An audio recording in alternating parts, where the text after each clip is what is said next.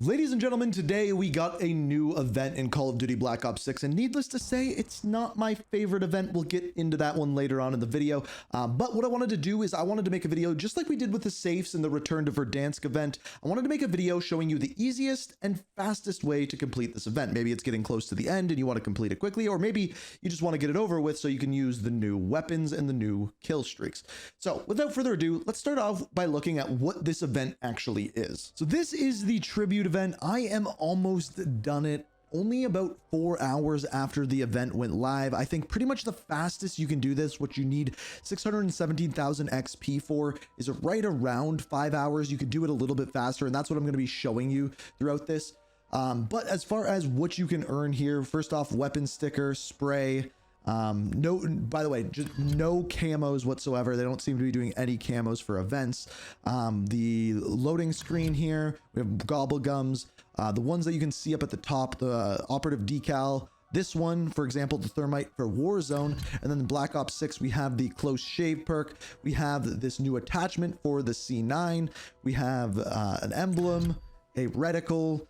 Then we have 45 minutes of weapon XP, more gobble gums, calling card, emote, and then finally we have a weapon blueprint which looks like the honing knife from the campaign, as well as the death machine score streak. The nail gun is unlocked when you get everything, as well as John Black Ops, who I may or may not have a video coming out on tomorrow. But yeah, 617,000 XP. It's actually way easier to do than you think, and I can help you out with that. First thing you need to know is challenges. So your daily challenges, you're going to want to do these with double XP on. Double XP and challenges count towards this event.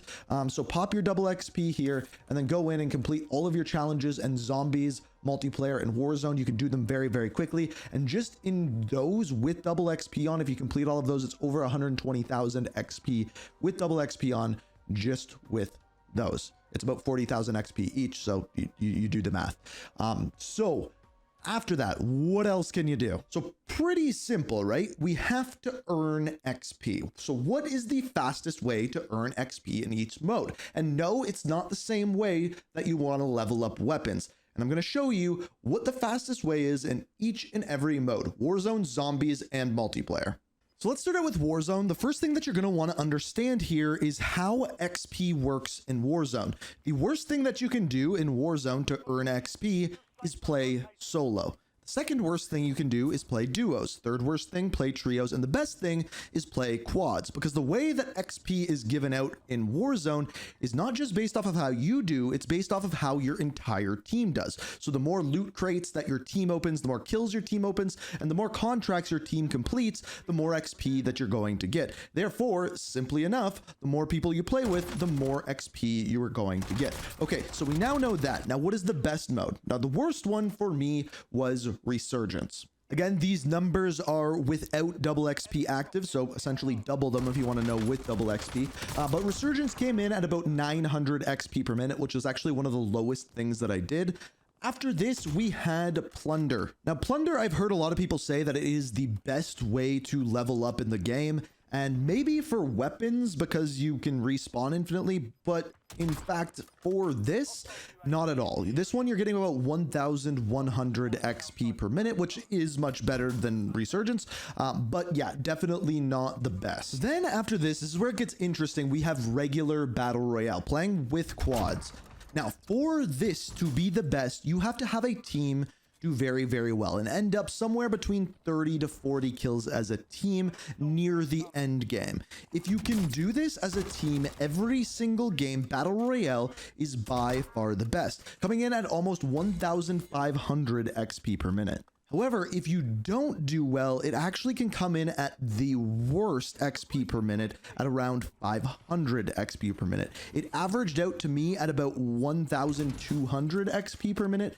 But again, if you're doing well every single game, this is one of the best ways in the game. However, it's just not as consistent as the next thing. So casuals is super interesting because playing solo, it is the worst way to level up. Playing quads, it is the best way of leveling up. And I think that just is because when you're playing as quads, you can separate as a team and still be extremely successful against bots. So again, with this one, I've had things as high as almost 2,000 XP per minute. That was the best game I had. But I think more so on average, you're looking at about 1,500 or 1,600 with a good group of 4 people. Solo, this will not work. You can go in and play with randoms, but it's kind of luck of the draw because it's not just how well you do, it's how well your team does. So if you have a good team, casual BR is the best. It, actually, in fact, out of every game mode, it is one of the best. We will get to that in a minute. Here's the one that's going to surprise everyone, and everyone's going to disagree with me. The worst way to level up your character in game is zombies. Zombies is, by a long shot, the worst way to do it. However, there is a way where you can cheese it and use glitches to make it one of the best ways, and I will get to that in a sec. But directed mode, you are getting under 1,000 XP per minute, and as well as regular round zombies, unless you get to a super high round and are killing zombies incredibly fast, again, less than 1,000 XP per minute. And again, this works different than weapon XP. We're not talking about leveling up weapons here. It's character XP. Now, the reason why I think people considered this to be the best way to level up is because doing the weapon camos in zombies gave you a ton of XP incredibly fast. For this event, it doesn't count.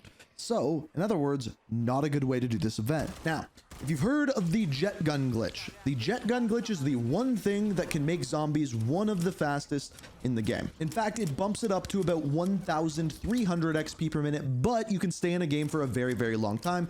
Therefore, no waiting in lobbies. So the way that this is going to work is you're going to get the jet gun and you're going to be able to use it unlimitedly and upgrade the damage of it, so you can basically go past round 100, killing zombies instantly. Also, you can go AFK while doing it, and it will just stay like this forever. So you first have to set up a class. So there are certain things you're going to need on your class. Number one is Void Sheath for a major augment for Ether Shroud, as well as the extra charge helps out quite a bit in case you mess up the glitch, but I'm going to show you a pretty easy way to do it. Then after this, you're going to want to go to your loadout. You need a melee weapon that is an akimbo melee weapon, so the Sai and the Nunchaku both work. Then make your lethal a thermobaric grenade, and then you can really use whatever else you want, because the thing that you actually need in game is the jet gun. So you're going to go through the Easter egg, put the jet gun together. Everyone knows how to do this at this point. Then what you're going to do is, if you're playing on controller, you're going to hold the suck button for the jet gun, which is the right trigger. When you hold it, you're then going to use your Ether Shroud. Once you call it in, hold down the jet gun until the jet gun disappears. This should pull out your akimbo melee weapons. Immediately start pushing forward, which we're going to have to make one quick change to that in a second, but push forward and hit your melee button over and over and over and over and over again. Even when your Ether Shroud ends, keep pressing it until your jet gun is pulled out. You press melee one more time, and then you pull the suck button or the trigger one more time, and then boom, you have unlimited jet gun. Now there's two things that can make this a little bit easier. Number one, put auto omni movement tack sprint on. That way when you push forward, you're just automatically sprinting, because you have to be sprinting over and over again for this to work. And then number two is for the second part, which is make it so that you can toggle your equipment. So instead of having to hold down the trigger to use your grenade, you can just press it once and you will pull out your thermobaric grenade. Because when you pull out your thermobaric grenade, it like triples the amount of damage you're doing, and going to make killing elites and abominations and things like that way, way easier. That's the way that you do it. And then you go by the vault, sit in the corner, just where I am, and do this unlimitedly as long as you want. I found about doing it for an hour and a half to 2 hours is where you're going to maximize your amount of XP. So this isn't the fastest way. It actually isn't the fastest way to get XP. However, you can do it when you're AFK. So if you just wanted to set this up, walk away for like 3 hours with double XP on, or I think it's like 6 hours without, and you'd probably actually have to set it up a couple times because eventually they would come in and kill you. You could just sit there and let it happen. Now, the actual fastest way shocked me. And that was the one thing that I haven't talked about, multiplayer. So there were two game modes that I really tested. First of all, search and destroy isn't it. Some people told me that. There were some other game modes where people were saying it really has nothing to do with the game mode. It has to do with the size of the map. First of all, stakeout is not it. the face-off maps are not it. And the reason for that is because the way that XP works in Call of Duty Black Ops 6 multiplayer is the amount of XP you get per kill and get per accolades, which are the little medals that pop up, is based off of the size of map that you are playing on. Therefore, when you play on the stakeout, really small maps, you get less XP for everything you do. So you'd think playing the bigger maps would work, but there's kind of like this easy medium, and Chaos Nuketown does incredibly well because basically every time you get a kill, it's going to be like a double kill or triple kill, which means you're getting more and more and more medals. Firing range works in a very similar way. So what did the best for me in multiplayer? Starting off with Chaos Mosh Pit on Nuketown at 1,500 XP per minute, and honestly, firing range was 1,400 XP per minute. So if either of those are available, just go in those, aim for the objective game modes, use low streaks that give you points. So for example, UAV, counter UAV, and when your team does stuff, it'll give you more points. Things along those lines. I use Warcry because that gives me more points. And then yeah, I was getting a ton of XP. So you double that with double XP and you're sitting really, really pretty. But I think what we have here is three things that take a varying amount of skill.